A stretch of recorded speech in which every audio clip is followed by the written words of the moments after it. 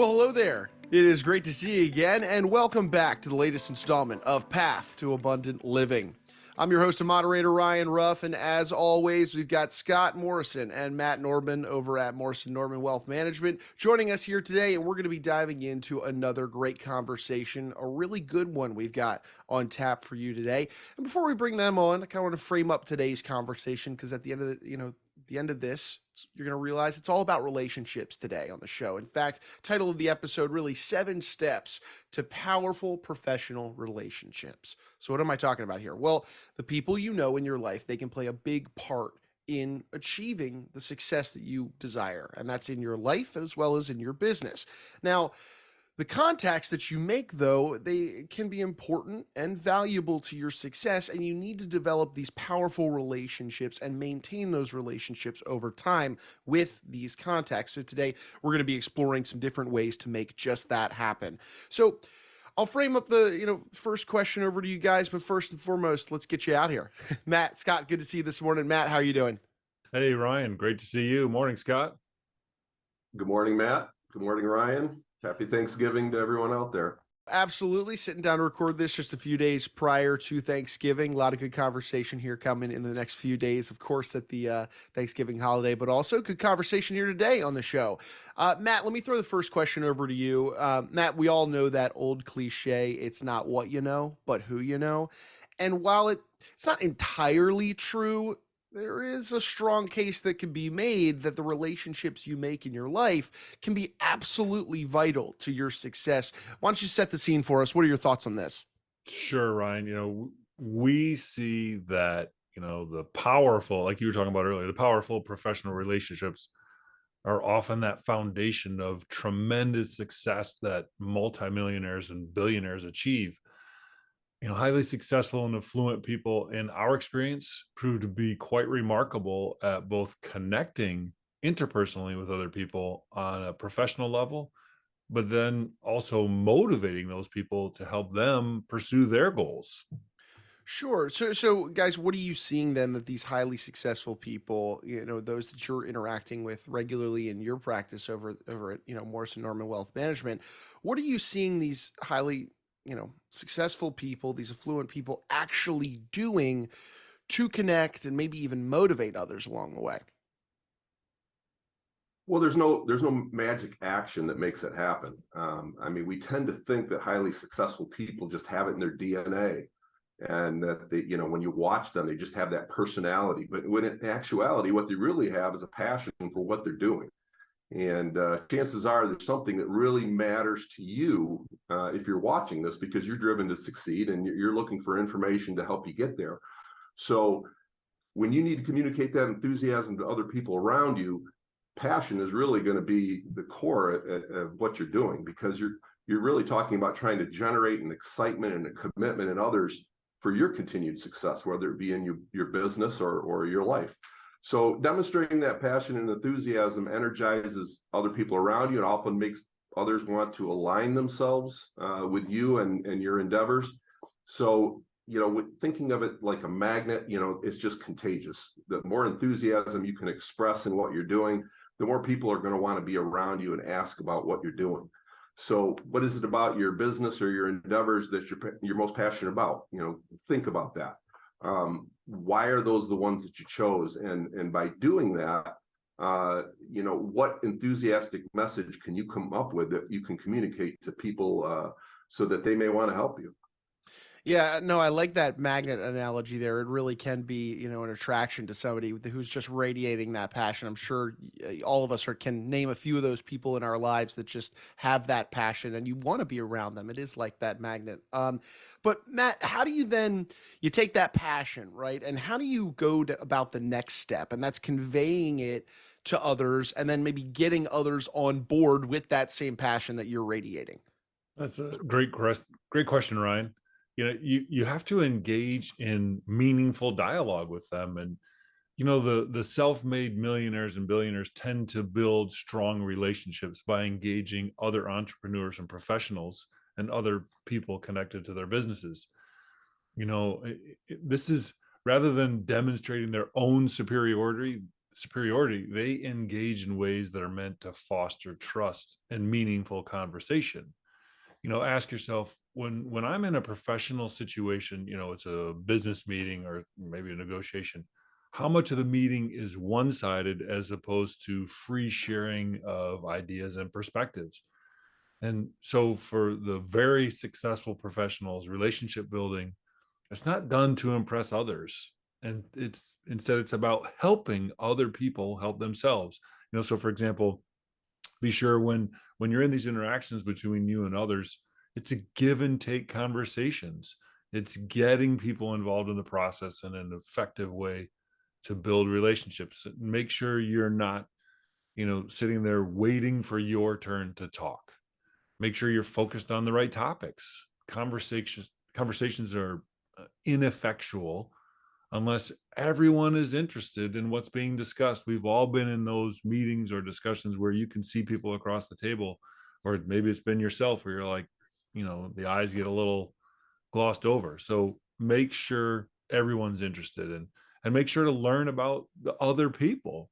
The better your understanding of the person or the people sitting across the table from you, the more you're going to be able to build powerful relationships. Matt, I like that you just mentioned there that give and take part of a conversation. It is so important. And Scott, my next question I'll throw is kind of piggybacking on that give and take conversation. I would imagine that should probably extend just, beyond the conversations and into your actions as well. Your actions should be giving and taking. What are your thoughts on this? Well, we all know that phrase, do you walk the walk or just talk the talk?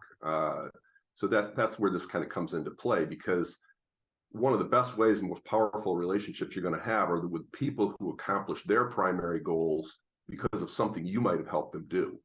And by understanding how important those priorities are to them and to helping them achieve their goals, they're going to feel a sense of reciprocity to kind of help you with your own endeavors. So it's like Matt said, it's that opportunity to really share with each other what each other's goals are. And if there's some success on one side or the other, that you should expect that somebody's going to feel like they really want to help you if they receive some help from you as well. So make a habit out of conversing with people about their goals and their objectives, and ask them periodically. It shouldn't just be a one-time only kind of thing. As often as you can see them, remember the things you talked about before that really got their juices going, the things that they got excited about, and make sure that that's a part of your ongoing conversation, because then they know you were really listening and that you're excited about helping them, maybe even coming back to them with an idea based on some of the conversations you had prior. Yeah, Scott, I love that. Calling back to conversations that you've had prior to them really does show I really like that point you just made. Guys, so I can obviously see how that giving something and then getting something in return can be beneficial. It provides value to both sides. It's enjoyable, frankly, for both. Are there any other ways, of enlisting people for help or motivating them to help you beyond just that idea of reciprocity? Ryan, in situations that involve money, profit it's a major motivator, of course. So it's smart to focus on providing economic glue. And so your ability to help other people profit by doing what you need them to do can be extraordinarily potent way to motivate them. And it ties back to helping them achieve their primary agenda, but with a concentration on building a cooperative professional relationship, one in which everyone involved benefits financially. So this is, again, it's commonly known as that economic glue. It binds the efforts of two or more people together. And so a question to answer is, how are our respective financial incentives aligned? And so once you understand this, you can take steps to make sure that everyone involved involved with you in this relationship will profit because of this. Yeah, no, that's a very, very good point there. I mean, at the end of the day, everybody wants to see that profit. That's a lovely thing, and boy, can it strengthen a relationship. Guys, we're talking a lot about these different things that we can be doing that is mutually beneficial and taking actions that are benefiting everyone. But I want to look at maybe the softer side of things here. Are there any softer elements, I keep coming back to that word, softer elements involved in creating these powerful, mutually beneficial relationships that need to be developed, that maybe aren't so big and in your face? Any quieter elements people should be considering? Well, we have to be talking about trust at this point. You need to foster a high degree of trust because it's instrumental in building those relationships that actually lead to results. It's one thing to share ideas, but do you have the integrity? Can I be believed? Am I honest? Am I reliable? Then being able to demonstrate that I'm also capable, that I have the skills to get it done and to help you achieve your goals. And then lastly, I think one of the most important things is to be responsive. Make sure you're timely. If there's a conversation that implies some sort of action, that you're going to take that action, and it's timely enough that it gives that person the trust that you're there, you're engaged, and that you're commanding that relationship.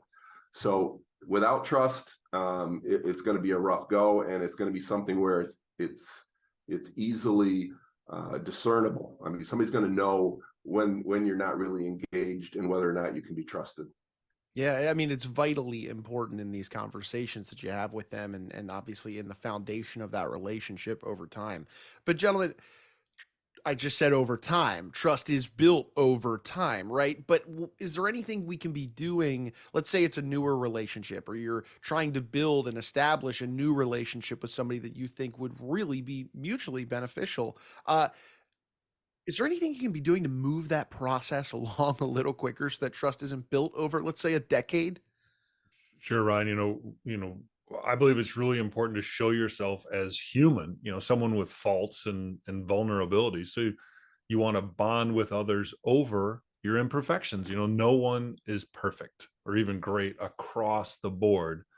There's this unwritten rule that you should only show strength all the time, no matter what. And, I just disagree, by sharing, the how imperfect we all are and where we're vulnerable, you can meaningful enhance the quality of your professional relationships and potentially generate better outcomes for you and your company.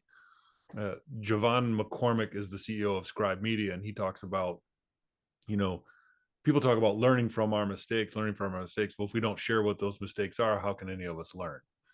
And so, Mark Twain wrote, "We're all ignorant, it's just in different areas." I don't like to think I'm ignorant, so we're all smart, it's just in different areas. And so, along those lines, you don't want to come out though and say, "Oh, well, I'm completely incompetent in all these different areas." It's about communicating that there are ways that we can benefit by helping each other and get help from other people. And this resonates with most people because we all need help, but we don't always admit it. And some examples that come to mind, apologizing when the business made a mistake that impacted another person, or asking for help and advice to deal with a business situation, sharing a problem in your business and explaining that you're looking for different points of view, recognizing the contributions of other people that have led to your success, or being able to use that self-deprecating humor when you make an error or mistake. Our imperfections humanize us, and it helps create better and more trusting relationships. We're more likely to want to work with people who are highly driven and capable, but also have some humility and self-awareness. That's a really, really good point.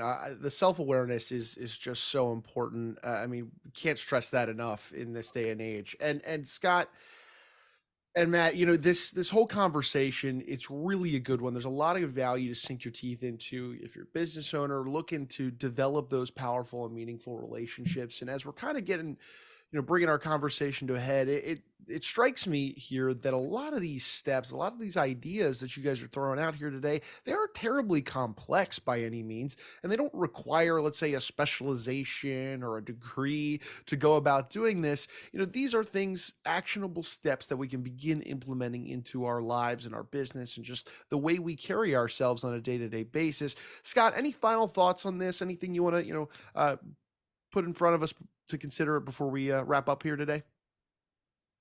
Well, I think it's really about whether you have the want to. I mean, you just described that this isn't a really complex subject. It's really more about, do you have the desire, and where does the desire come from? So that passion that we alluded to early on is something that's imperative. And if you have that sincere desire to help someone, it's going to come through. They're going to feel that passion. They're going to feel that energy. So, you want to cultivate that in other people. You want them to do the same thing for you. Then there has to be that energy, and it has to be there consistently. So anytime you're having interactions with your clients or your peers or your family, even, the successful people do that systematically. They do it consistently. It's just a part of their lives. It's not something that's just in their DNA or something of the part of their biology. So I think that if you go about life purposeful in the way of trying to build powerful relationships, your success will be representative of that. So close the gap, between knowing what to do and going out there and actually doing it. I think that's a key element. Gentlemen, I know while you have a lot of clients and you work in this wealth management space, managing portfolios, you do a lot more beyond that. It's conversations like these that you're having with your clients and how they can, reinforce their business overall. At the end of the day, you are a trusted advisor to your clients. For anybody out there in our audience that, they're sitting there and they're thinking about today's conversation, these steps that they can be utilizing to build these powerful relationships, and let's say they just enjoyed the conversation, they took something away from it, what would be the best way they could reach out to you and your team to just open up a dialogue, whether it's about this topic or another topic related to wealth management in any way, shape, or form? How could they get in touch with you and your team to just talk about what's on their mind? Well, the traditional way, Ryan, is with the phone, 517-333-7967, or the website, morrisonnordman.com. And like Scott was saying, and you were saying, Ryan, is, being purposeful and intentional in all our relationships will go a long way.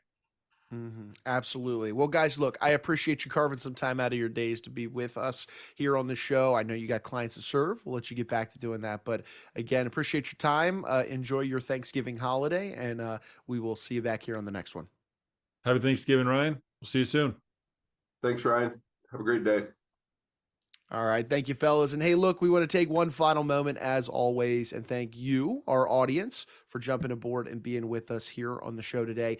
Again, if you did take something away from today's conversation and you learned something, you benefited from it in any way, go ahead and subscribe to the show on whichever platform you checked us out on today. That way you never miss out on a future conversation where Matt, Scott, and I are going to be unpacking different wealth management topics. I've said this before in prior episodes. I'll continue to say it. We're really taking just the strategies, the solutions, the conversations that Matt and Scott are having with their clients regularly over at Morrison Nordman Wealth Management. And we're bringing them right here to you guys on this show. So by subscribing, you'll never miss out on one of those future topics. For Matt, for Scott, I'm Ryan. We're going to go ahead and say so long today, but we appreciate you stopping by and being with us on Path to Abundant Living.